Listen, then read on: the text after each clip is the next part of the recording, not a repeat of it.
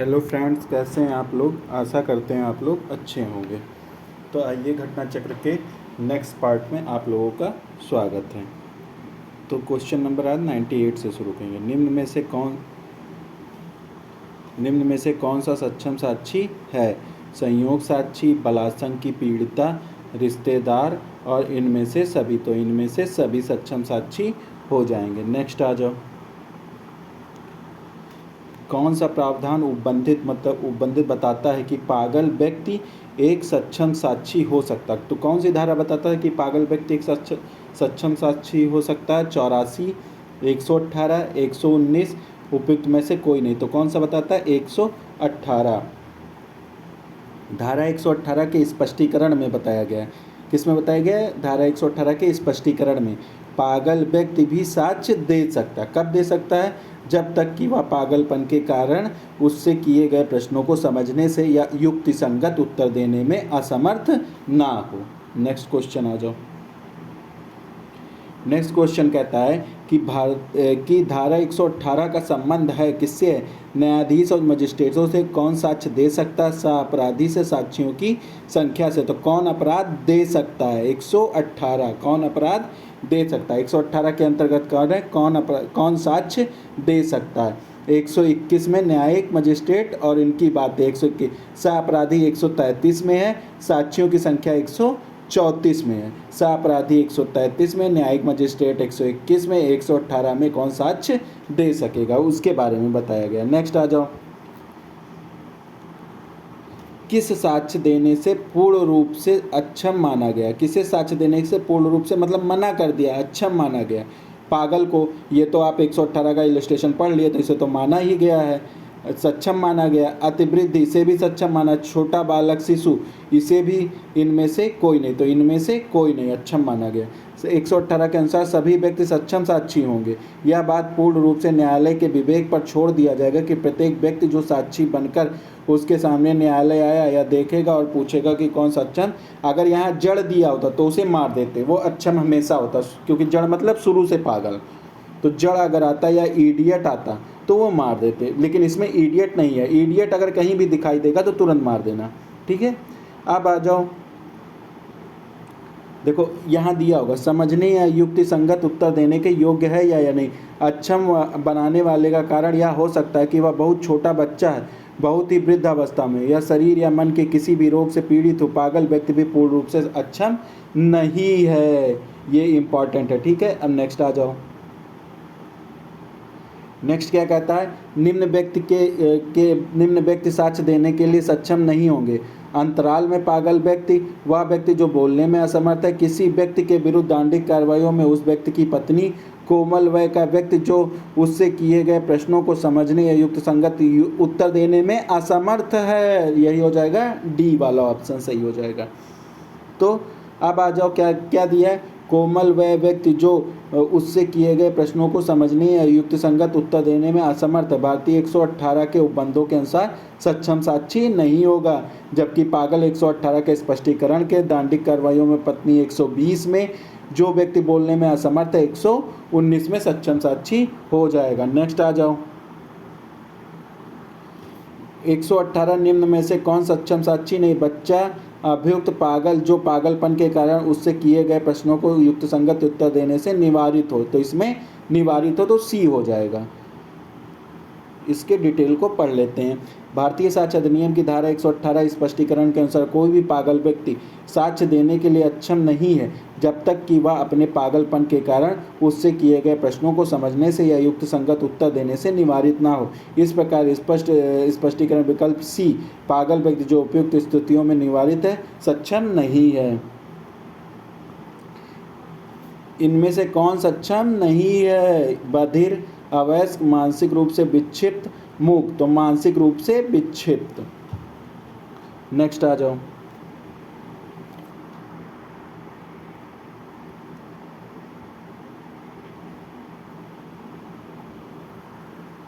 इसमें क्या गया? अपहरण और बलात्कार के मामले में निरक्षर तथा गंवार युक्ति अभियोक्ता के द्वारा किए गए साक्ष्य के मामले में विरोधाभास और चूक स्वाभाविक है। जहाँ तक उसकी याददाश्त, निरीक्षण और घटनाओं की कड़ी के वर्णन का संबंध है। यह सर्वोच्च न्यायालय के किस वाद में? Manoj Yadav Pushpa Devi, state of UP और से छोटे लाल, मधु वर्मा बनाम उर्मिला देवी, लखन लाल बनाम स्टेट ऑफ बिहार। तो इसमें कौन सा होगा? स्टेट ऑफ यूपी बनाम छोटे लाल। स्टेट ऑफ यूपी बनाम छोटे लाल में ये मामला बताया गया। क्या बताया गया? अपहरण और बलात्कार के मामले में अगर कोई निरीक्षित और गंवार युवती है तो अभियोक्ता द्वारा दिए गए साक्ष्य के मामले में विरोधाभास और चूक स्वाभाविक है। अब आ जाओ नेक्स्ट 106 पे। एक साक्षी है, वह बोलने में असमर्थ है। भारतीय साक्ष्य अधिनियम की धारा 1872 की किस धारा के अनुसार वह ऐसे किसी अन्य रीति में जिसमें वह उसे बोधयोग बना सकता है, जैसे कि लिखकर या संकेतों या चिन्हों द्वारा अपना साक्ष्य दे सकता है? धारा 117, धारा 118, धारा 119, धारा 120। तो इसमें हो जाएगा धारा 119। इसका डिटेल पढ़ लो। भारतीय साक्ष्य अधिनियम की धारा 119 के अनुसार वह साक्षी जो बोलने में असमर्थ है अपना साक्ष्य किसी अन्य प्रकार से जिसमें वह उसे बोध बनाया जा सकता है यथा लिखकर या संकेतों द्वारा दे सकता है, किंतु ऐसे लेख और संकेत खुले न्यायालय में ही लिखने होंगे या करने होंगे। इस प्रकार दिया हुआ साक्ष्य मौखिक साक्ष्य समझा जाएगा। नेक्स्ट आ जाओ। बोलने में असमर्थ गवाह यदि न्यायालय में बयान लिखित में देता है, उस स्थिति में उसका साक्ष्य समझा जाएगा मौखिक साक्ष्य, दस्तावेजी साक्ष्य, अंशुष साक्ष्य, द्वितीयक साक्ष्य। तो कौन सा समझा जाएगा? मौखिक साक्ष्य समझा जाएगा। ये भी बहुत इंपॉर्टेंट है, खूब पूछता है ये क्वेश्चन, इसको भी पढ़ लो। दंड विधि संशोधन 2013 द्वारा भारतीय साक्ष्य अधिनियम की 119 को तो कब 119 को कब संशोधित? 2013 में। ये भी इंपॉर्टेंट है, ये भी देख लेना। प्रतिस्थापित की गई है। नई धारा 119 के अनुसार वह साक्षी जो बोलने में असमर्थ है अपना साक्ष्य किसी अन्य प्रकार से जिसमें वह उसे बोधगम्य बना सकता हो यथा लिखकर या संकेतों द्वारा, किंतु ऐसे लेख वे संकेत खुले न्यायालय में लिखने होंगे या करने होंगे। इस प्रकार दिया हुआ साक्ष्य मौखिक साक्ष्य होना समझा जाएगा। परंतु यदि साक्षी मौखिक रूप से संसूचना देने में असमर्थ अथवा न्यायालय के कथन को अभिलिखित करके विशेष द्विभाषीय या विशेष प्रबोधक की सहायता लेगा और ऐसे कथनों की वीडियो फिल्म तैयार की जाएगी। नेक्स्ट आ जाओ।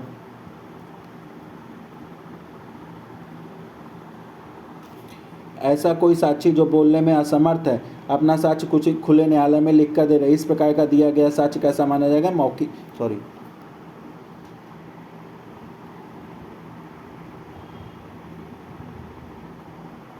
कैसा माना जाएगा? मौखिक साक्ष्य माना जाएगा। नेक्स्ट आ जाओ।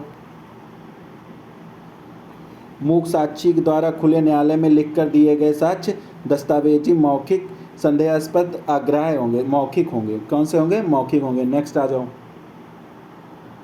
बोलने में असमर्थ गवाह यदि न्यायालय में अपना बयान देता तो इसको भी मौखिक। देखो कितनी बार ये क्वेश्चन पूछा, तो इसी को नोट कर लिया करो। जो क्वेश्चन 10 बार रिपीटेड है उसको नोट कर लो, तो आखिरी में तो आप लोगों को रिवीजन करने में आसानी होगा। जो क्वेश्चन बार बार रिपीटेड है आपको नहीं आता उसको अलग पन्ने पे लिख लो, इसको एग्जाम टाइम में रिवीजन कर लेना। अब आ जाओ। बोलने में असमर्थ एक साक्षी अपना साक्ष्य खुले न्यायालय में देता है, इस प्रकार दिया गया तो इसे भी मौखिक साक्ष्य कहेंगे। बार बार यही क्वेश्चन रिपीट हो रहा। अब आ जाओ। क्या कहता है? 1872 निम्न में से किस धारा को दंड विधि 2013 द्वारा संशोधित किया गया? तो 2013 में अभी बताया हूँ 119 को संशोधित किया गया है। अब आ जाओ। एक साक्षी जो बोलने में समर्थ नहीं अपना साक्ष्य संकेतों हावभाव से प्रकट करता है, यह साक्ष्य कैसा? द्वितीयक विशेष मौखिक होगा। ठीक है, जहाँ देखना तुरंत मौखिक मार देना। नेक्स्ट आ जाओ।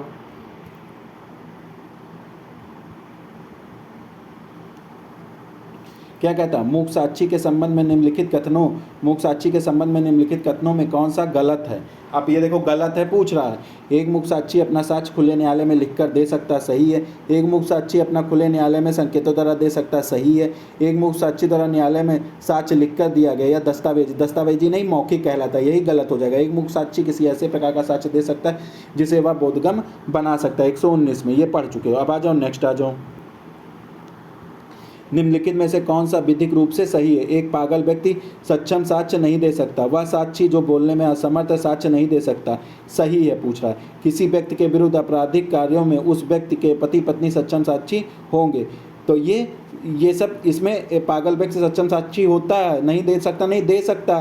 सक्षम साक्षी बोलने में असमर्थ साक्ष्य नहीं दे सकता, दे सकता नहीं। ठीक है। और आपराधिक मामलों में क्या होता है? पति पत्नी सक्षम साक्षी होते हैं, इसी ऑप्शन सही हो गया। सभी सिविल कार्रवाइयों में वाद के पक्षकार सक्षम साक्षी नहीं होंगे। ठीक है। नेक्स्ट आ जाओ, अब इसका डिटेल पढ़ लेते हैं क्या कहता है। डिटेल कहता है कि भारतीय साक्ष्य अधिनियम 120 के अनुसार किसी व्यक्ति के विरुद्ध दांडिक कार्रवाइयों में उस व्यक्ति के पति या पत्नी सक्षम साक्षी होंगे। धारा 118 के अधीन पागल व्यक्ति सक्षम साक्षी होता है। 119 के अंदर मूक व्यक्ति, इसको मैं 10 बार क्यों पढ़ता हूँ कि आपको याद हो जाए, बार बार सुनो। 120 के अनुसार सभी सिविल कार्रवाइयों में वाद के पक्षकार सक्षम साक्षी होते हैं।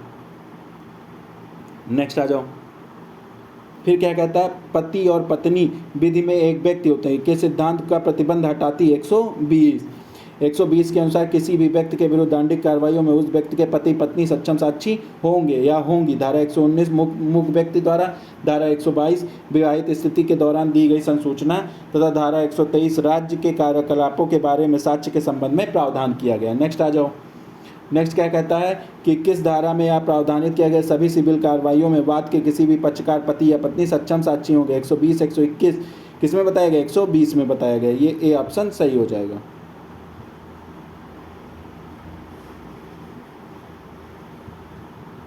एक 120 में बताया गया कि सभी सिविल कार्रवाइयों में पति पत्नी सिविल कार्रवाइयों के बाद पक्षकार और वाद के किसी भी पक्षकार का पति पत्नी सक्षम साक्षी होंगे। 121 में न्यायाधीश और मजिस्ट्रेट, 122 में विवाहित स्थिति के दौरान की गई संसूचना, 122 में, 126 में वृत्तिक संसूचनाओं के संबंध में। अब आ जाओ नेक्स्ट क्वेश्चन, किसी भी प्रकार की कार्रवाई में पत्नी सक्षम साक्षी हो सकती है। सिविल कार्रवाई दांडिक में वह सक्षम साक्षी नहीं हो सकती, सिविल और दांडिक दोनों कार्रवाई में सक्षम साक्षी हो सकती है। तो पहला दूसरा और चौथा सिविल में भी हो सकती है, दांडिक में भी हो सकती है, सिविल और दांडिक दोनों कार्रवाइयों में हो सकती है। तो इसमें ए ऑप्शन सही हो जाएगा। अब आ जाओ नेक्स्ट क्वेश्चन, निम्नलिखित में से कौन सा सत्य और उचित है। निम्न में से कौन सा, सभी सिविल कार्रवाई में वाद के पक्षकार पति पत्नी सक्षम साक्षी किसी भी व्यक्ति के दांडिक कार्रवाइयों में उस व्यक्ति का पति पत्नी का सक्षम साक्षी होगा। तो इसमें कौन सा, ए बी दोनों हो जाएंगे। नेक्स्ट आ जाओ, साक्ष्य अधिनियम की किस धारा के अंतर्गत कोई न्यायाधीश के नाते स्वयं के आचरण के बारे में किसी प्रश्न का उत्तर देने के लिए विवश नहीं किया जाएगा। 121 में बताया गया। नेक्स्ट आ जाओ,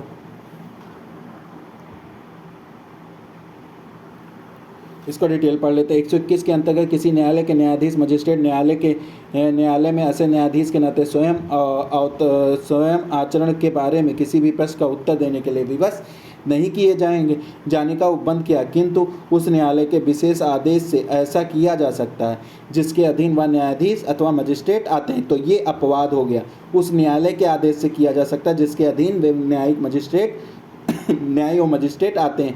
120 के अंतर्गत पति पत्नी सक्षम साक्षी, 122 में सिविल स्थिति के दौरान दी गई संसूचना तथा 123 में राज्य कार्यकलापों के बारे में साक्ष्य से संबंधित उपबंध। इसको वो मत कर देना, इसको बार बार सुनना तो याद हो जाएगा। जो मैं कह रहा हूँ उसको बार बार सुनना, बार बार इसलिए पढ़ रहा हूँ कि याद हो जाएगा। अब आ जाओ, सेशन न्यायालय के समक्ष इसलिए अभियुक्त है कि उसने सेशन न्यायाधीश बी के समक्ष विचारण होते हुए एक समय एक पुलिस ऑफिसर की हत्या करने का प्रयत्न किया। इस वाद में क्या बी का परीक्षण हो सकता है? बी की परीक्षण नहीं की जा सकती। भारतीय साक्ष्य अधिनियम 1872 की धारा 124 के बी द्वारा संरक्षित है। बी की यह परीक्षा की जा सकेगी क्या घटित हुआ, इनमें से कोई नहीं। तो बी की परीक्षा की जा सकती है। अब इसका डिटेल पढ़ लो क्या कहता है। डिटेल ये कहता है कि 121 में उपबंधित है कि किसी भी न्यायाधीश मजिस्ट्रेट न्यायालय में ऐसे न्यायाधीश के नाते स्वयं के आचरण के बारे में किसी प्रश्न का उत्तर देने के लिए विवश नहीं किया जाएगा। परंतु प्रस्तुत समस्या साक्ष्य अधिनियम की धारा 121 के दृष्टांत गा पर आधारित है। का सेशन न्यायालय के समक्ष इसलिए अभियुक्त है कि उसने सेशन न्यायाधीश खा के समक्ष विचारित होते समय किसी पुलिस ऑफिसर की हत्या करने का प्रयत्न किया। खा की यह परीक्षा की जा सकेगी कि क्या घटित हुआ था। नेक्स्ट आ जाओ, नेक्स्ट क्या कहता है। एक बलात्कार के प्रकरण के विचारण के दौरान न्यायालय में उपस्थित एक व्यक्ति न्यायालय के समक्ष चाकू द्वारा अन्य व्यक्ति को उपहार कारित करता। न्यायाधीश के समक्ष वह घटना हुई है, साक्ष्य में नहीं बुलाया जा सकता। किसी उच्चतर या विशेष आदेश के अधीन साक्ष्य में बुलाया जा सकता है। एक साक्षी के रूप में परीक्षित किया जा सकता है, यही हो जाएगा। उक्त घटना का विचारण किसी उच्चतर न्यायालय में होगा। एक साक्षी के रूप में परीक्षित किया जा सकता है। 121 के अनुसार एक न्यायाधीश की उन बातों के बारे में जो उन परिस्थितियों और उस समय घटित हुई थी जब वह ऐसे न्यायाधीश के नाते कार्य कर रहा, परीक्षा की जा सकती है। उपयुक्त धारा 121 के दृष्टांत गा पर आधारित है। न्यायाधीश वाला दृष्टांत गा पे उनका परीक्षण किया जा सकता है। दृष्टांत गा में दिया है। अब आ जाओ, क्या कहता है 122 क्या कहता है, पक्षकारों के बीच विहित स्थिति के दौरान किए गए आपराधिक कार्य, पक्षकारों के बीच विहित स्थिति के दी गई पारिवारिक संसूचनाएं, कोई भी संसूचना जो किसी भी विषय से संबंधित हो तथा किसी भी प्रकार की हो विवाहित स्थिति में दिया जाना।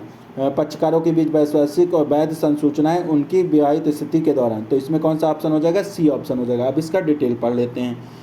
डिटेल क्या कहता है कि धारा 122 के अंतर्गत विवाहित स्थिति के दौरान दी गई संसूचनाओं को इसी धारा में उल्लिखित अपवादों के अधीन है पेशकरण को इससे संरक्षण प्रदान किया गया। इस धारा के अनुसार कोई भी व्यक्ति जो विवाहित है या जो विवाहित रह चुका है, किसी संसूचना को जो उस व्यक्ति द्वारा जिससे वह विवाहित है या रह चुका है विवाहित स्थिति के दौरान उसे दी गई यह प्रकट करने के लिए विवश नहीं किया जाएगा और न ही वह किसी ऐसी संसूचना को प्रकट करने के लिए अनुज्ञात किया जाएगा जब तक कि वह व्यक्ति जिसने वह संसूचना दी है उसका हित प्रतिनिधि सम्मत न हो, सिवाय उन वादों में जो विहित व्यक्तियों के बीच हो या उन कार्रवाई जिनमें एक विहित व्यक्ति दूसरे के विरुद्ध किए गए अपराधों के लिए अपयोजित हो। नेक्स्ट आ जाओ।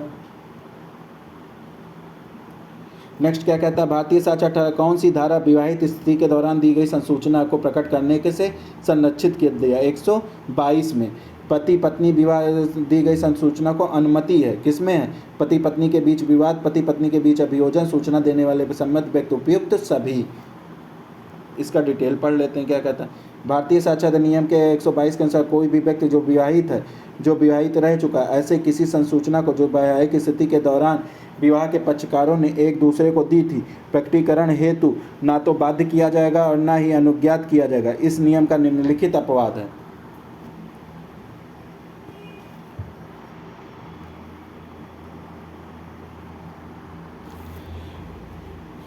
सूचना देने वाले व्यक्ति की सम्मति से सूचना प्रकट की जा सकती है। जहां विवाह के पक्षकार परस्पर वाद या कार्रवाई में पक्षकार हो वहां एक दूसरे के पक्ष द्वारा दी गई संसूचना को प्रकट कर सकता है। जहां विवाह के एक पक्ष को विवाह के दूसरे पक्ष के विरुद्ध किसी अपराध में अभियोजित किया जा रहा हो। टी.जे. पोनेन बनाम MC वर्गीस के प्रकरण में, टी.जे. पोनेन वर्सेस MC वर्गीस के प्रकरण में क्या कहता है, उच्चतम न्यायालय ने कहा कि धारा 122 MC वर्गीस के मामले में क्या कहा, 122 के पक्षकारों से भिन्न व्यक्ति पर कोई निर्बंधन आरोपित नहीं करता, अतः कोई भी व्यक्ति वैवाहिक संसूचना को प्रकट कर सकता है। राम भरोसे बनाम उत्तर प्रदेश राज्य के प्रकरण में उच्चतम न्यायालय ने कहा कि पति पत्नी एक दूसरे के आचरण के बारे में साक्ष्य दे सकते हैं। नेक्स्ट आ जाओ। नेक्स्ट क्या है, 122 के अंतर्गत विशेषाधिकार पेशेवर को दंडक अधिकार पति पत्नी को। नेक्स्ट आ जाओ। वह अपनी पत्नी सा को एक पत्र लिखता है जिसमें दा के संबंध में मानहानिपूर्ण बातें कहता है। इस संसूचना को प्रकट करने के लिए सा को विवश नहीं किया जा सकता क्योंकि विवाह के अस्तित्व के दौरान पति द्वारा पत्नी को या पत्नी द्वारा पति को दी गई संसूचना विशेषाधिकार प्राप्त संसूचना के अंतर्गत संरक्षित है। ए और आर दोनों सही है।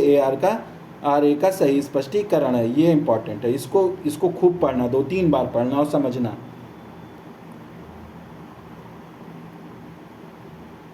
अब आ जाओ। क्या कहता है कि भारतीय साक्ष्य अधिनियम की किस धारा में लोक कल्याण की भावनाओं को सर्वोच्च विधि के सूत्र में बांधा गया। तो इसमें 123 लोक कल्याण की भावना किस में दिया गया है, 123 में।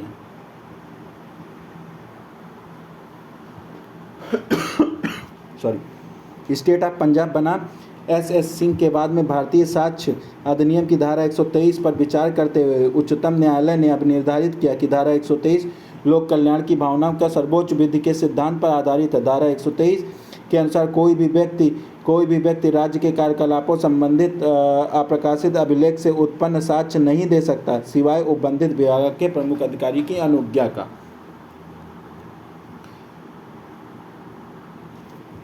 ये खूब इंपॉर्टेंट है, ये भी क्वेश्चन खूब है। सेल्स पापली लेक्स लोक मत सर्वोच्च है, व्यक्ति मत सर्वोच्च है, जनता का कल्याण सर्वोच्च है। यही सी ऑप्शन हो जाएगा। भारतीय साक्ष्य अधिनियम के विशेषाधिकार का उपबंध केवल अधिकार के रूप में, केवल कर्तव्य, अधिकार एवं कर्तव्य दोनों के रूप में, ना तो अधिकार के रूप में ना ही तो केवल अधिकार के रूप में।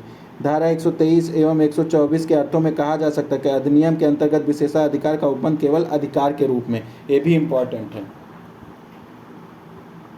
नेक्स्ट आ जाओ, भारतीय साक्ष्य अधिनियम की धारा 1872 के धारा के तहत किसी लोक अधिकारी के शासकीय विश्वास में दी गई संसूचना को प्रकट करने के लिए बाध्य नहीं किया जा सकता। किसको?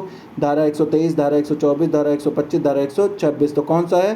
शासकीय विश्वास को प्रकट नहीं किया जा सकता। तो शासकीय विश्वास 124 में, शासकीय विश्वास को 124 में संसूचनाओं को लोक प्राधिकारी द्वारा प्रकटीकरण से रोकती है। लोक प्राधिकारी मतलब होगा तो कोई भी संसूचना को, वो सरकारी संसूचना को प्रकट नहीं कर सकता है। नेक्स्ट आ जाओ, नेक्स्ट क्या कहता है? भारतीय साक्ष्य अधिनियम में निम्नलिखित में से कौन सा युग्म सही है? 45 में विशेषज्ञ की राय सही नहीं है पूछा, ठीक है। 67 में इलेक्ट्रॉनिक साक्ष्य के बारे में हस्ताक्षर का सबूत, ये भी सही है। 74 में लोक दस्तावेज, ये भी सही है। 124 में वृत्तिक नहीं शासकीय संसूचना दी है, तो ये गलत हो जाएगा। वृत्तिक 126 में दी गई है।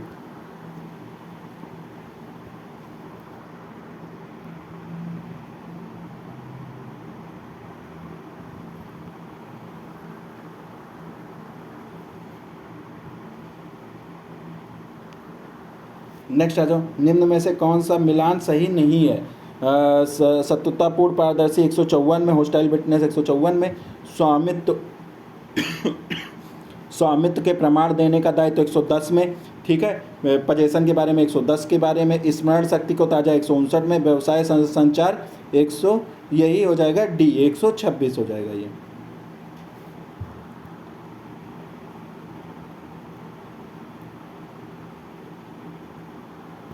इसमें क्या कहता है? इसको ध्यान से पढ़ना। सार्वजनिक अधिकारी क्या कहता है? को उसके द्वारा किए गए संचार का आधिकारिक रूप से खुलासा करने के लिए बाध्य नहीं किया जा सकता है। यदि वह या नहीं मानता है कि इसे सार्वजनिक हित का खुलासा होगा, सार्वजनिक अधिकारी को आधिकारिक तौर पर उससे किए गए संचार का खुलासा करने के लिए मजबूर नहीं किया जा सकता। अगर वह मानता है कि इससे सार्वजनिक हित का खुलासा होगा, एक सार्वजनिक अधिकारी को उसके साथ आधिकारिक तौर पर किए गए संचार का खुलासा करने के लिए मजबूर किया जा सकता है, यदि वह यह नहीं जानता कि इससे सार्वजनिक हित का खुलासा होगा। फिर आ जाओ, फिर क्या है? एक सार्वजनिक अधिकारी को उसके साथ आधिकारिक तौर पर किए गए संचार का खुलासा करने के लिए मजबूर किया जा सकता है, यदि वह समझता है कि प्रकटीकरण से सार्वजनिक हितों का नुकसान हो। तो इसमें बी ऑप्शन सही हो जाएगा। अब इसका डिटेल पढ़ लेते हैं, डिटेल नहीं है इसमें, ठीक है, क्वेश्चन था। अब आ जाओ, भारतीय साक्ष्य अधिनियम 1872 की किस धारा के अनुसार कोई भी पुलिस अधिकारी यह कहने के लिए विवश नहीं किया जाएगा कि किसी अपराध को किए जाने के बारे में उसे कोई जानकारी कहाँ से मिली? तो ये किस में हो जाएगा? 125 में। साक्ष्य अधिनियम की धारा 125, कोई भी मजिस्ट्रेट या पुलिस अधिकारी यह कहने के लिए विवश नहीं किया जाएगा कहने के लिए विवश नहीं किया जाएगा कि किसी अपराध के किए जाने से के बारे में उसे कोई जानकारी कहाँ से मिली। किसी राजस्व अधिकारी को यह कहने के लिए विवश नहीं किया जाएगा कि उसे लोक राजस्व के विरुद्ध किसी अपराध के किए जाने के बारे में जानकारी कहाँ से मिली। नेक्स्ट आ जाओ,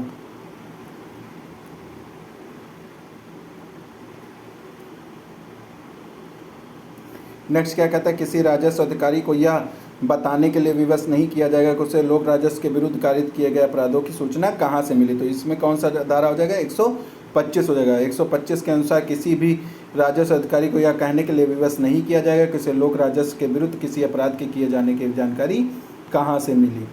नेक्स्ट आ जाओ, भारतीय साक्ष्य अधिनियम की धारा निम्नलिखित में से कौन सी धाराएं प्लीडर की वृत्तिक संसूचनाओं से संबंधित है? प्लीडर की वृत्तिक संसूचनाओं से कौन सा? 128, 130, 133, 134, 126 व 127। डी ऑप्शन सही हो जाएगा। धारा 126 और 127 प्लीडर की वृत्तिक संसूचनाओं से संबंधित है। धारा 126 प्लीडर की वृत्तिक संसूचनाओं से संबंधित तथा धारा 127 प्लीडर की दुभाषियों और वरिष्ठों, प्लीडरों, अटार्नियों और वकीलों के लिपिकों या सेवकों पर लागू होती है। नेक्स्ट आ जाओ, दीपक या हथियारों की आपूर्ति कराने के अपराध का आरोप है, वह अपने अधिवक्ता स्वायत्ता के सामने अपराध को स्वीकार करके उसे बचाने के लिए कहता है। इसके अनुसार स्वायत्ता यह बात पुलिस को बताने के लिए कर्तव्यबद्ध है। स्वायत्ता यह बात मजिस्ट्रेट को बताने के लिए कर्तव्य है। यह बात विशेषाधिकार के अंदर और उसे प्रकट नहीं किया जा सकता। दंड न्यायालय स्वायत्ता को यह बताने के लिए बाध्य नहीं कर सकता। तो ये क्या है? ये सी में है। यह विशेषाधिकार के अंतर्गत है और इसे प्रकट नहीं किया जा सकता। भारतीय साक्ष्य अधिनियम की धारा 23 की कोई भी बात बैरिस्टर, प्लीडर, अटॉर्नी और वकीलों के ऐसे किसी बात को साक्ष्य देने में छूट देने वाली नहीं मानी जाएगा जिसका साक्ष्य देने के लिए उसे विवश किया जाएगा। ऐसा कहाँ भारतीय साक्ष्य अधिनियम में कहाँ दिया गया है? 126 में दिया गया है।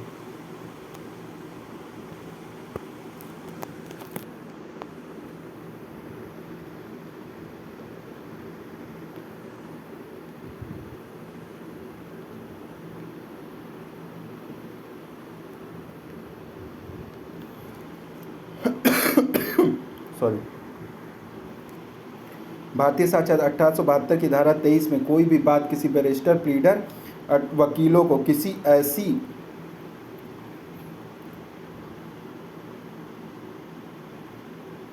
छूट प्रदान करने वाली नहीं मानी जाएगी इसका साक्ष्य देने के लिए धारा 126 के अधीन विवश किया गया है।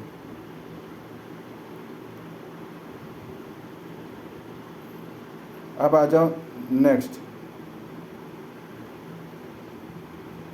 अधिनियम की धारा 23 के लिए एक अपवाद है 126, ये खूब याद कर लेना।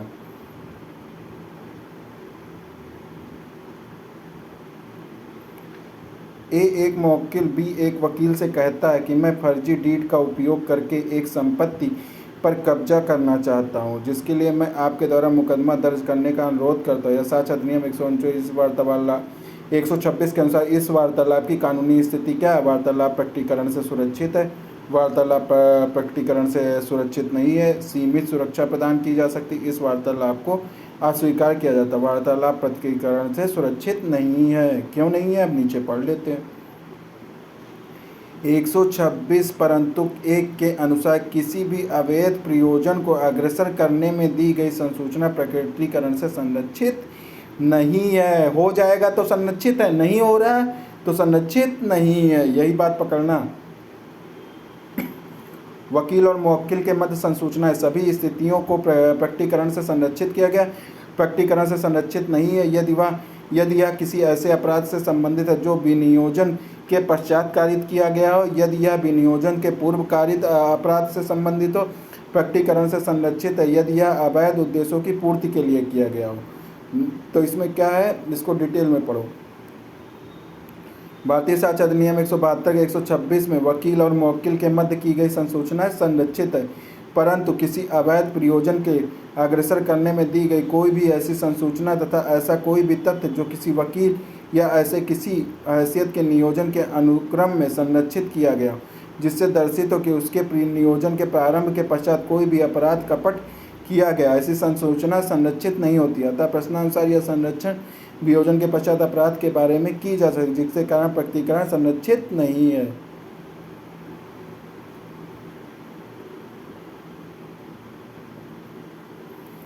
एक मुवक्किल ए अपने अटॉर्नी बी से कहता है कि मैंने कूटकरण किया है और मैं चाहता हूं कि आप मेरी प्रतिरक्षा करें। क्या यह वित्तीय संसूचना से संरक्षित है या संरक्षित नहीं है?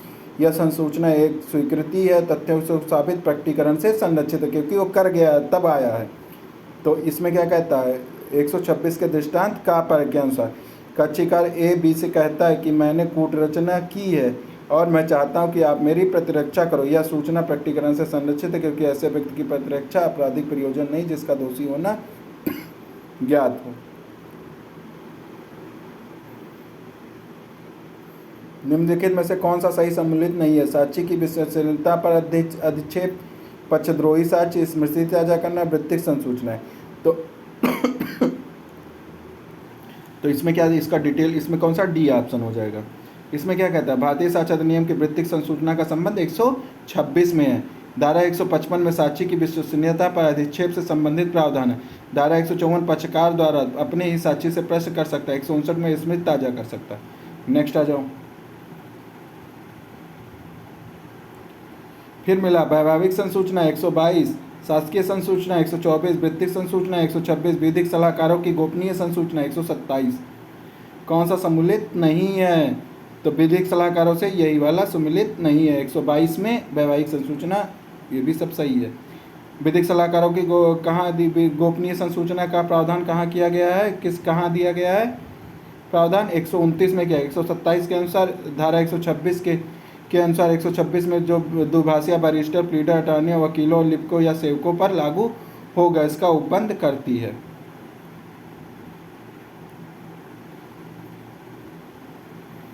अब आ जाओ, निम्नलिखित में से कौन सा सम्मिलित विवाहित स्त्री सही है? शासकीय संसूचनाएं। फिर आ जाओ 8वां,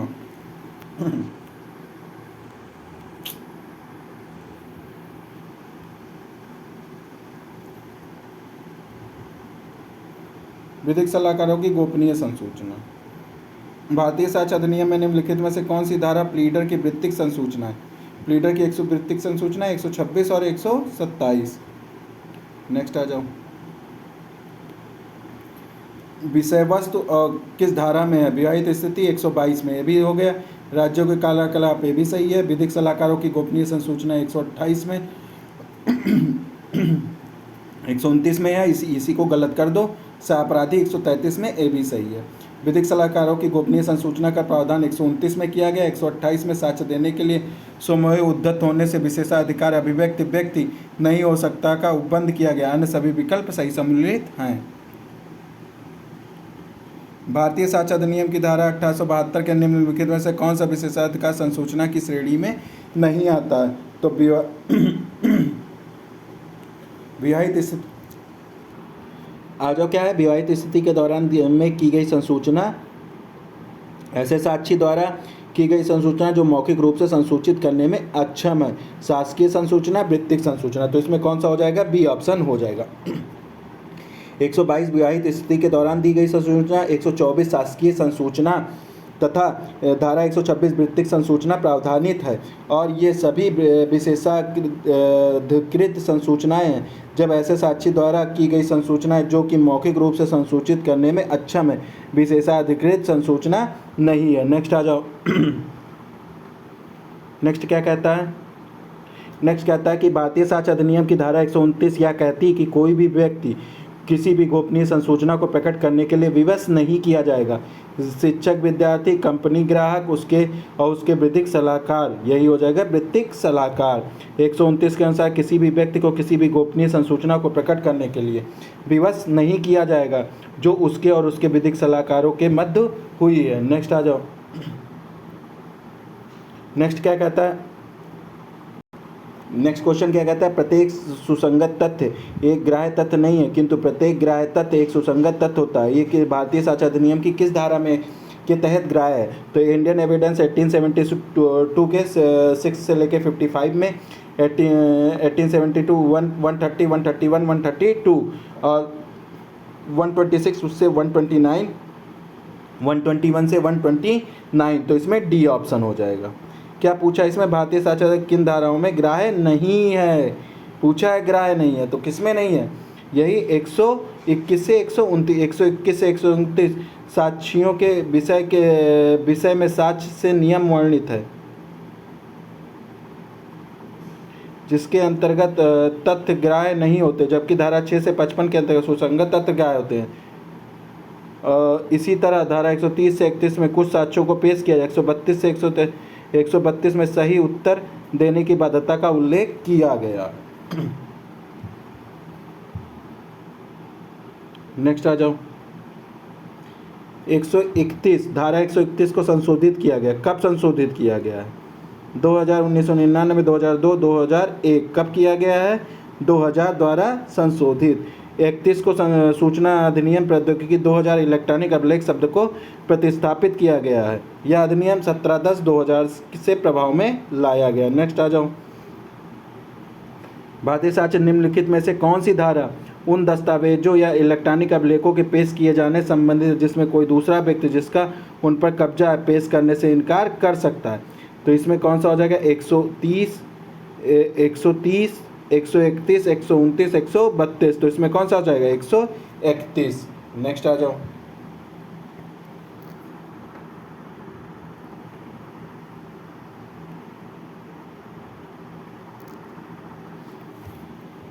भारतीय साक्ष्य अधिनियम की धारा 131 के अनुसार कोई भी व्यक्ति अपने कब्जे में रखे गए किसी दस्तावेज या इलेक्ट्रॉनिक रिकॉर्ड को पेश करने के लिए जिसको पेश करने से कोई अन्य व्यक्ति जिसके पास कब्जा होता है तो वह इनकार कर सकता है, विवश नहीं कर सकता। परंतु यदि दूसरा व्यक्ति सम्मत देता है तो ऐसे कब्जाधारी व्यक्ति से दस्तावेज प्रस्तुत कराया जा सकता है। नेक्स्ट आ जाओ। एक साक्षी को अभियुक्त के रूप में परिवर्तित नहीं किया जा सकता, यद्यपि उससे अपराध के संबंध में प्रश्न पूछे जा सकते हैं।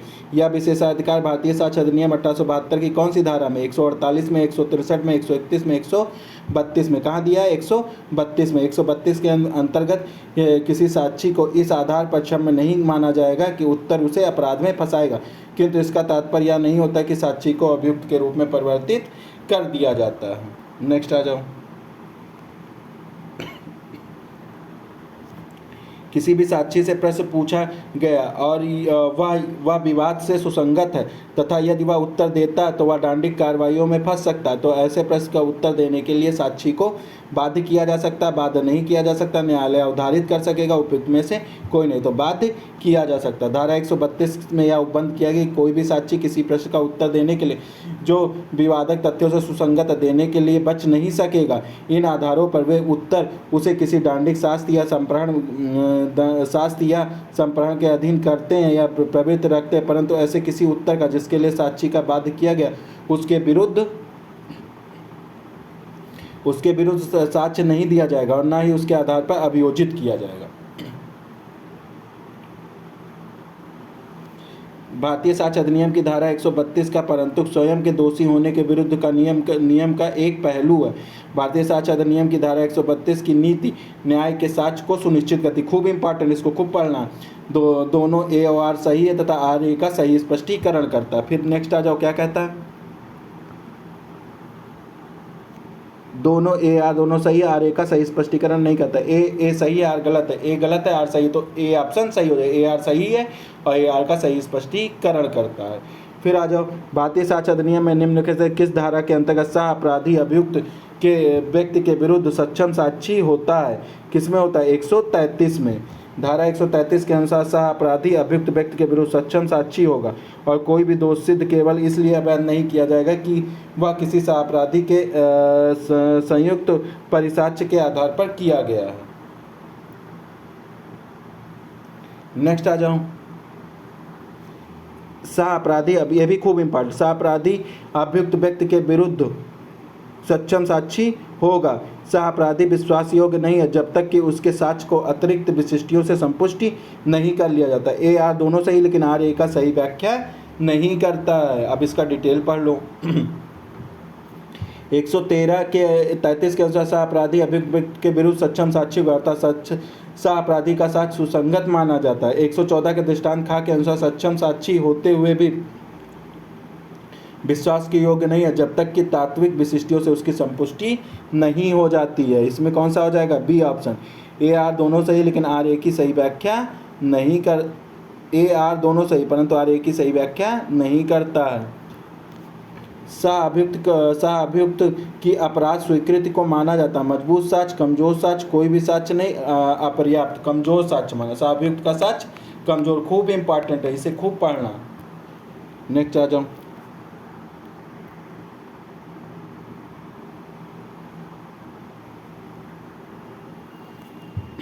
सह अपराधी विश्वसनीय के योग्य है जब तक कि तात्विक त्रुटियों से उसकी संपुष्टि नहीं होगी। सह अपराधी अभियुक्त व्यक्ति के विरुद्ध सक्षम साक्षी होगा और कोई भी दोष सिद्ध केवल इसलिए अवैध नहीं होगी कि वह किसी सह अपराधी की संपुष्टि परिसाक्ष्य पर आधारित की गई। ए बी दोनों सही है। ये 114 ए से बी से रिलेटेड है, दृष्टांत बी से रिलेटेड है ऊपर वाला। अब आ जाओ नेक्स्ट। निम्नलिखित में से कौन सा सह अपराधी गुप्तचर उत्पीड़न के कारण रिश्वत देने वाला व्यक्ति, बलात्संग की पीड़िता लड़की, वेश्या?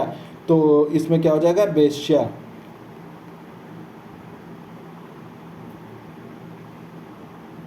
वेश्या एक सह अपराधी है। धारा 133 में यह कहती है कि सह अपराधी के सक्षम साक्षी और केवल इसके साक्ष्य के आधार पर ही किसी व्यक्ति को दोष सिद्ध किया जा सकेगा। धारा 114 का कहा कहती है सह अपराधी के साक्ष्य को अन्य स्वतंत्र साक्ष्यों से संपुष्टि कर लेना चाहिए। गुप्तचर उत्पीड़न के कारण रिश्वत देने वाला व्यक्ति, बलात्संग की पीड़िता लड़की सक्षम साक्षी है। इसकी संपुष्टि भूला मियाँ में किया गया है। और उत्तर प्रदेश लोक सेवा आयोग ने इसका आंसर बी निर्धारित किया है, लेकिन इसका आंसर सहअपराधी है। बी होगा इसका ऑप्शन, सॉरी, इसका बी हो जाएगा।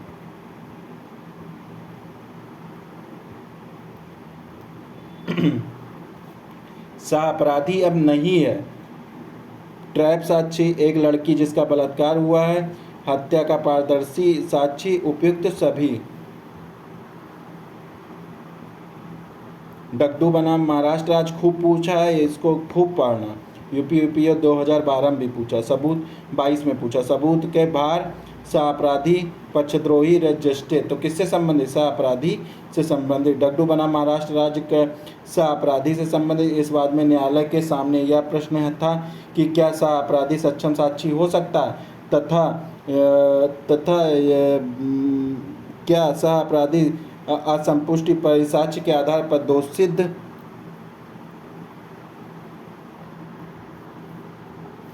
सिद्ध किया जा सकेगा। न्यायालय अब निर्धारित किया गया कि सहअपराधी एक सक्षम साक्षी है तथा उसके असंपुष्टि साक्ष्य के आधार पर दोष सिद्धि अवैध नहीं होगी, परंतु सहअपराधी के साक्ष्य पर विश्वास व्यक्त के से पूर्व न्यायालय को धारा 114 के दृष्टांत सी का मार्गदर्शन प्राप्त करना चाहिए।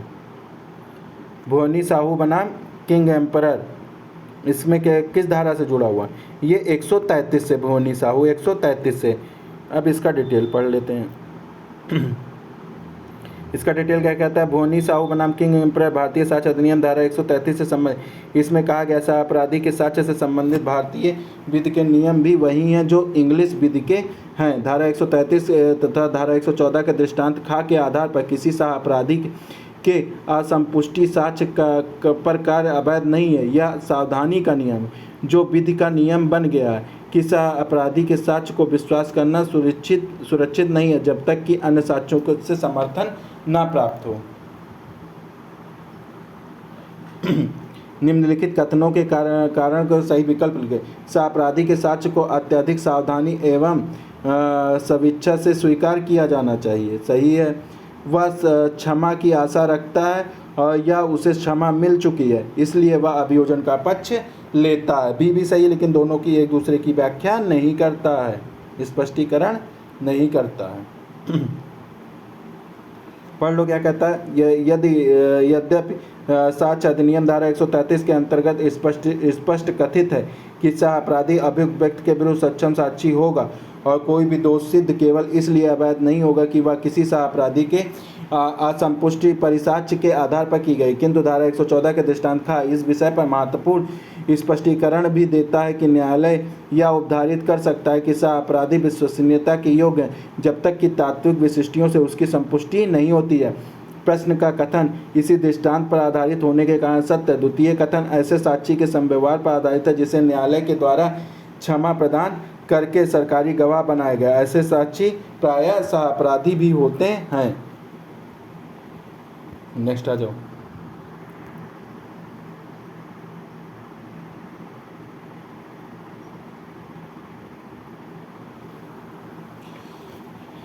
किसी मामले में किसी तथ्य को साबित करने के लिए कितनी संख्या में सक्षम साक्षी अपेक्षित हैं? कोई विशिष्ट संख्या अपेक्षित नहीं है। एक प्रत्यक्षदर्शी साक्षी आवश्यक है। दस्तावेजों के मामले में 2 साक्षी आवश्यक है। एक पक्षकार से 1 साक्षी आवश्यक है। कोई भी विशिष्ट साक्षियों की संख्या आवश्यक नहीं। 134 कहती किसी भी मामले किसी भी तथ्य को साबित करने के लिए साक्षियों की कोई विशिष्ट संख्या अपेक्षित नहीं है। इसी 134 में कहा जाता था साक्ष्य क्या बोलते हैं? तौले जाते, गिने नहीं जाते। इस संदर्भ में उपबंध है कि भारतीय साक्ष्य 134 में किया गया। किसी भी मामले में तथ्य को साबित करने के लिए साक्षियों की विशिष्ट संख्या नहीं अपितु उसकी विशेषता गुणवत्ता महत्वपूर्ण होती है। अतः एकमात्र विश्वसनीय साक्षी का साक्ष्य भी किसी तथ्य को साबित करने के लिए पर्याप्त होता है। साक्ष्य तौला जाएगा, गिना नहीं जाएगा।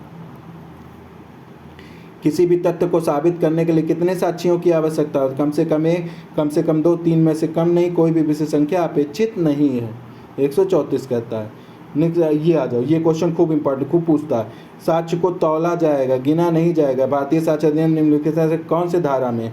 तो 134 में है। भारतीय साक्ष्य 134 में साक्षियों की संख्या के विषय में प्रावधान करती है, जिसके अनुसार किसी भी मामले किसी भी तथ्य को साबित करने के लिए साक्ष्यों की कोई विशेष संख्या अपेक्षित नहीं होगी। किसी तथ्य को साबित करने के लिए कितने साक्ष्यों की आवश्यकता होगी, यह पूर्ण रूप से न्यायालय के विवेक का प्रश्न है। किसी निर्णय के विषय में यह नहीं कहा जा सकता है कि यह वह निराधार है केवल इसलिए कुल साक्षी एक साक्षी के गवाह दी थी। यह धारा इस सिद्धांत पर आधारित कि साक्ष्य को तौला जाएगा, गिना नहीं जाएगा। नेक्स्ट आ जाओ। किसी तथ्य को साबित करने के लिए कितने साक्ष्यों की आवश्यकता, कोई विशेष संख्या अपेक्षित नहीं है। दो साक्ष्यों की संख्या कोई विशेष संख्या अपेक्षित नहीं है। नेक्स्ट आ जाओ। नेक्स्ट क्या कहता है, किसी प्रख्यात निर्णय माननीय उच्चतम न्यायालय ने साक्ष्यों के 3 वर्गों में पूर्णतया विश्वसनीय, पूर्णतया अविश्वसनीय, ना तो पूर्णतया विश्वसनीय ना तो पूर्णतया अविश्वसनीय किस केस में कहा गया है। 3 वर्गों में साक्ष्यों को किस केस में बांटा गया। यह है वेदी वेलुरा थेवर बनाम मद्रास लॉज। यही इंपॉर्टेंट है, खूब इंपॉर्टेंट, इसको पढ़ लेना। देखो ये मेंस में भी लिखने का काम आ जाता है। वेदी वेलुरा थेवर बनाम मद्रास राज्य के मामले में स्पष्ट किया गया कि जहां मामला एकमात्र चश्मदीद गवाह की गवाही पर टिका हो वह पूरी तरह से विश्वसनीय होना चाहिए। यदि एकल गवाही पूरी तरह से विश्वसनीय है तो कार्रवाई की जानी चाहिए। इसमें यह कहा गया है कि किसी भी गवाह की गवाही की पुष्टि प्रत्येक मामले के तथ्य और परिस्थितियों पर निर्भर करती है। साक्ष्य अधिनियम में यह स्पष्ट रूप से निर्धारित किया गया है किसी भी मामले में गवाह की कोई विशेष संख्या नहीं होगी। सबूत की पहली श्रेणी अदालत के पास होनी चाहिए। किसी भी तथ्य को साबित करने के लिए कितने साक्ष्यों की आवश्यकता होगी, यह न्यायालय के विवेक पर निर्भर करेगा। विचारण के दौरान डकैती का अपराध साबित करने के लिए कम से कम कितने गवाहों की, तो इसमें कोई गवाहों की कोई निश्चित संख्या की आवश्यकता नहीं है। फिर आ जाओ, क्या कहता है कि सुसंगत और ग्राह्यता शब्दावली समानार्थी संविस्तरणीय ना तो समानार्थी ना तो संविस्तरणीय है। सी ऑप्शन इसका सही हो जाएगा। अब आ जाओ नेक्स्ट।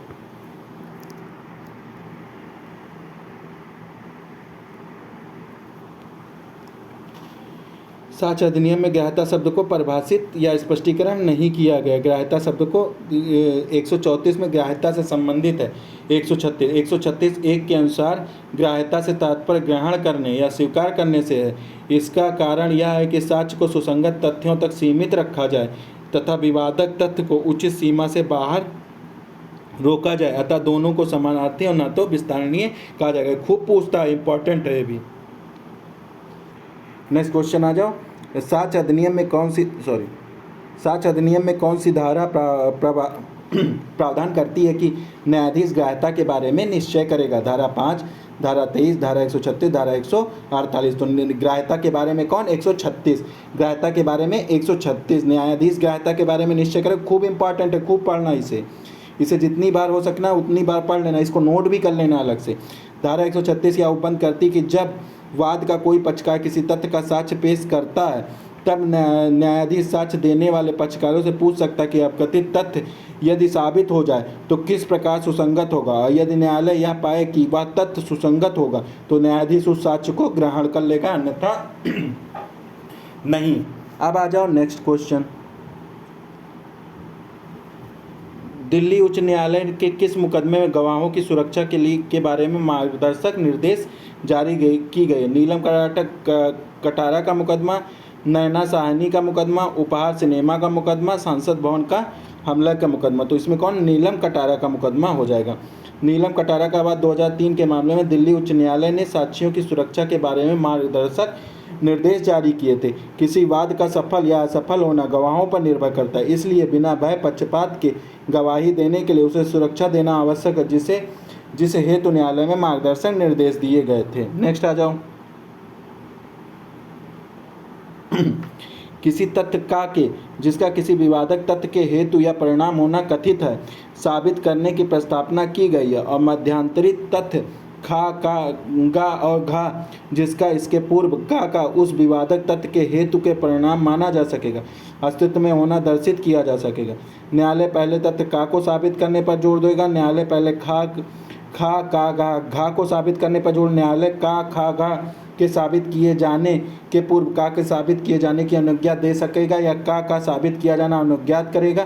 पूर्व में खा का गा और घा को साबित किया जाना अपेक्षित करेगा। तो इसमें सी ऑप्शन सही हो जाएगा। इसको पढ़ लो ऐसे सीधे सीधे। 136 के खंड 3 के अनुसार यदि एक अवकथित तथ्य की सुसंगति अन्य अवकथित तथ्य के प्रथम साबित होने पर निर्भर, तो पहले उसे साबित करने दिया जाएगा। तो न्यायाधीश अपने विवेकानुसार दूसरे तथ्य के साबित होने के पूर्व प्रथम तथ्य का साक्ष्य दिया जाना अनुज्ञात कर सकेगा, या प्रथम तथ्य साक्ष्य में दिए जाने से पूर्व तथ्य का साक्ष्य दिए जाने की अपेक्षा कर सकेगा। ये उक्त प्रावधान प्रस्तुत समस्या का सही उत्तर सी है। तो ये इम्पॉर्टेंट है, इसको पढ़ लेना, बहुत बढ़िया क्वेश्चन है ये। भारतीय साक्ष्य अधिनियम में क्या वर्णित नहीं किया गया? साक्ष्य की सुसंगतता, साक्ष्य की ग्राह्यता, साक्ष्य के वजन का भार, उपयुक्त में से सभी। तो साक्ष्य की क्या वजन का भार? भारतीय साक्ष्य अधिनियम धारा 5 में सुसंगत तथ्य से संबंधित है। इस धारा में विवादित तथ्य तथा सुसंगत तथ्यों को साक्ष्य में दिया जा सकता है। 136 के अनुसार न्यायालय क्या करेगा? न्यायालय साक्ष्य की ग्राह्यता के बारे में विनिश्चय करेगा। धारा 136 ग्राह्यता से संबंधित है। साक्ष्य का वजन या भार अधिनियम में वर्णित नहीं है। नेक्स्ट क्वेश्चन आ जाओ। नेक्स्ट क्वेश्चन क्या कहता है? ए चुराए हुए माल को चोरी का जानते हुए प्राप्त करने के का अभियुक्त है, एक्यूज्ड है, तो वह यह सिद्ध करने का प्रस्ताव रखता है कि उसने उनको उनके मूल्य से कम पर बेचने का इनकार कर दिया। इसे सिद्ध नहीं किया जा सकता। इसे सिद्ध कर सकता है यदि वह स्वीकृति से भिन्न रूप में सुसंगत हो। सिद्ध कर सकता क्योंकि यह विवादक तथ्य से प्रभावित आचरण का स्पष्टीकरण है। उपयुक्त में से कोई नहीं, तो इसमें सी ऑप्शन हो जाएगा। वह इसे सिद्ध कर सकता है क्योंकि यह विवादक तथ्य से प्रभावित करने का आचरण का स्पष्टीकरण करता है। नेक्स्ट क्वेश्चन आ जाओ। कौन सा कथन सही नहीं है? कुछ तथ्य सुसंगत होते हैं परंतु ग्राह्य नहीं होते। कुछ तथ्य ग्राह्य होते हैं परंतु सुसंगत नहीं होते। सभी सुसंगत तथ्य ग्राह्य होते हैं। सभी ग्राह्य तथ्य सुसंगत नहीं होते। सभी सुसंगत तथ्य ग्राह्य होते हैं। सामान्यतः यह धारित किया गया कि सभी सुसंगत तथ्य ग्राह्य होते हैं। तथ्यों की ग्राह्यता न्यायालय के विवेक तथा मामले के तथ्यों और परिस्थितियों पर निर्भर करती है। राम बिहारी यादव का मामला है। अब आ जाओ सेकंड लास्ट पेज पे। राम बिहारी यादव बनाम बिहार राज्य के मामले में स्पष्टीकरण किया गया कि ऐसा हो सकता है कि ऐसे तथ्य जो सुसंगत हों, ग्राह्य ना हो। इस प्रकार कुछ ऐसे तथ्य भी हो सकते हैं जो यद्यप ग्राह्य होते हैं परंतु सुसंगत नहीं होते। धारा 136 में स्पष्ट उल्लेख किया गया। न्यायाधीश साक्ष्य की ग्राह्यता के विषय में विनिश्चय करेगा। ये 136 को पूछता है। चिकित्सा अधिकारी द्वारा पीड़ितों की चोट का वर्णन करती रिपोर्ट निश्चायक प्रकृति है। सुसंगत साक्ष्य में ग्राह्य, असंगत है सारवान। सुसंगत व साक्ष्य में ग्राह्य। नेक्स्ट आ जाओ। मुख्य परीक्षा क्या होती है? किसी साक्षी की उस परीक्षा द्वारा परीक्षा जो उसे बुलाता है। किसी साक्षी की परीक्षा जो प्रतिपक्षी द्वारा परीक्षा। किसी साक्षी की परीक्षा मजिस्ट्रेट द्वारा। किसी साक्षी की प्रति परीक्षा के पश्चात परीक्षा। तो इसमें ए ऑप्शन होगा, जो उसे बुलाता है। 137 के अनुसार किसी साक्षी की उस पक्षकार द्वारा परीक्षा जो उसे बुलाता है मुख्य परीक्षा कहलाती है। नेक्स्ट आ जाओ। प्रतिवादी द्वारा ली जाने वाली परीक्षा मुख्य परीक्षा, प्रतिपरीक्षा, पुनः परीक्षा, सूचक प्रश्न प्रति परीक्षा कहलाती है। 137 के द्वितीय पैरा अनुसार किसी साक्षी की प्रतिवादी द्वारा ली गई परीक्षा प्रतिपरीक्षा कहलाती है। धारा 137 के प्रथम पैरा के अनुसार किसी साक्षी की उसे बुलाने वाले पक्षकार द्वारा ली गई परीक्षा मुख्य परीक्षा तथा प्रतिपरीक्षा के बाद साक्षी को बुलाने वाले पक्षकार द्वारा ली गई परीक्षा पुनः परीक्षा कहते हैं। अंतर्गत पैरा 3 धारा 137 सूचक प्रश्नों का 141 एवं 142 में वर्णन किया गया। नेक्स्ट आ जाओ। प्रतिपरीक्षा का उद्देश्य है साक्षी की बुद्धिमत्ता की जांच, साक्षी की निष्पक्षता की जांच, साक्षी की विश्वसनीयता की जांच, साक्षी की सदाचार। तो इसमें क्या है? प्रतिपक्षी का उद्देश्य है, इसमें सी ऑप्शन सही हो जाए। विश्वसनीयता की जांच। प्रतिपरीक्षी का उद्देश्य साक्षी की विश्वसनीयता की जांच करना। प्रतिपरीक्षी जो होता है, जो अपोजिट पार्टी का होता है, सभी सुसंगत तथ्यों के बारे में हो सकता है, चाहे वह मुख्य परीक्षा के सामने लाया गया हो या नहीं लाया गया। अतः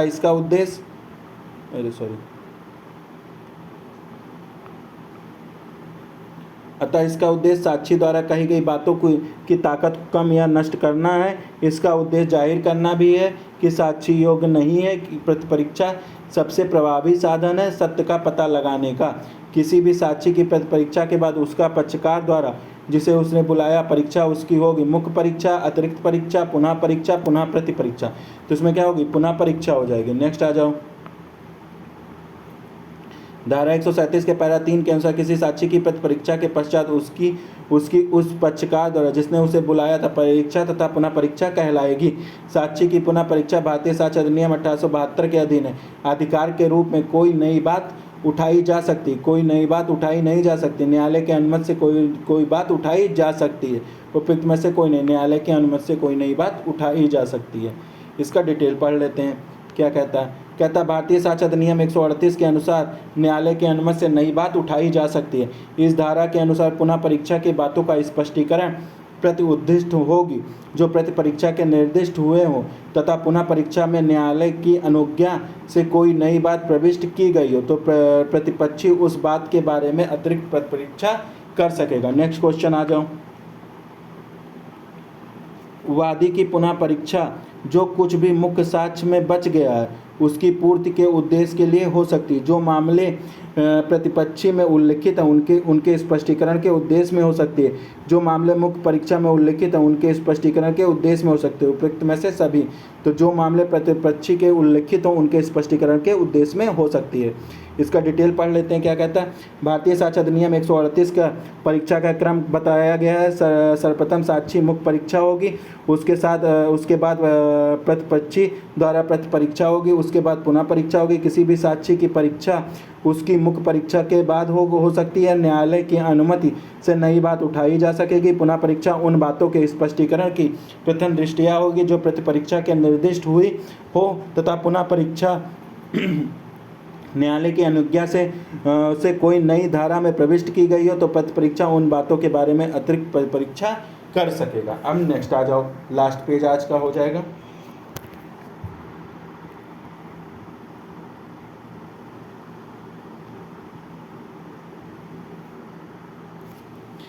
Out of the following which is the correct order of the examination of witness? Re-examination, examination of chief, cross-examination, re-examination, examination in chief, cross-examination, re-examination, cross-examination, examination in chief, re-examination। इसमें सी ऑप्शन सही हो जाएगा। 138 में गवाहों की परीक्षा का क्रम का प्रावधान हरदम पूछता है, ये इंपॉर्टेंट है। इस धारा के अनुसार 137 मत मार के आना, 138 मार के आना, लोग गलत करके आते हैं। 137 38 मार के आना क्रम पूछेगा। इस धारा के अनुसार साक्षियों के प्रथम मुख्य परीक्षा होती है, प्रति परीक्षा होती है, तत्पश्चात उसे बुलाने वाले परीक्षाकार पुनः परीक्षा करता है। नेक्स्ट आ जाओ। 137 साक्षियों की परीक्षण के निम्नलिखित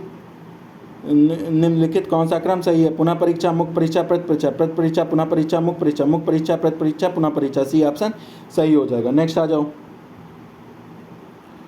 वर्ष 2015 उच्चतम न्यायालय द्वारा दिए गए निम्नलिखित निर्णयों में किसमें यह अवधारित किया गया कि यह अनिवार्य है कि जिस दिन मुख्य परीक्षा पूर्ण होती है उसी दिन परीक्षा भी पूर्ण होनी चाहिए? विनोद कुमार बनाम पंजाब राज्य, अहमद शाह बनाम राजस्थान, जसमेर सिंह बनाम हरियाणा, इंदर सिंह बनाम राजस्थान। तो इसमें कौन सा हो जाएगा? विनोद कुमार बनाम पंजाब राज्य। 2015 में उच्चतम न्यायालय ने विनोद कुमार पंजाब राज्य में निर्णय दिया, अवधारित किया क्या यह अनिवार्य है जिस दिन मुख्य परीक्षा हुआ, एग्जामिनेशन मुख्य हुआ, उसी दिन प्रति परीक्षा पूर्ण होनी चाहिए, उसी दिन क्रॉस एग्जामिनेशन पूर्ण होना चाहिए। ये किस में बताया गया है? विनोद कुमार बनाम पंजाब राज्य में। नेक्स्ट आ जाओ। किसी दस्तावेज को पेश करने के लिए सम्मानित व्यक्ति जब दस्तावेज पेश करता है तो वह क्या होता है? वह एक सक्षम साक्षी हो सकता है। उसकी प्रतिपरीक्षा उभय पक्षकारों द्वारा की जा सकती है।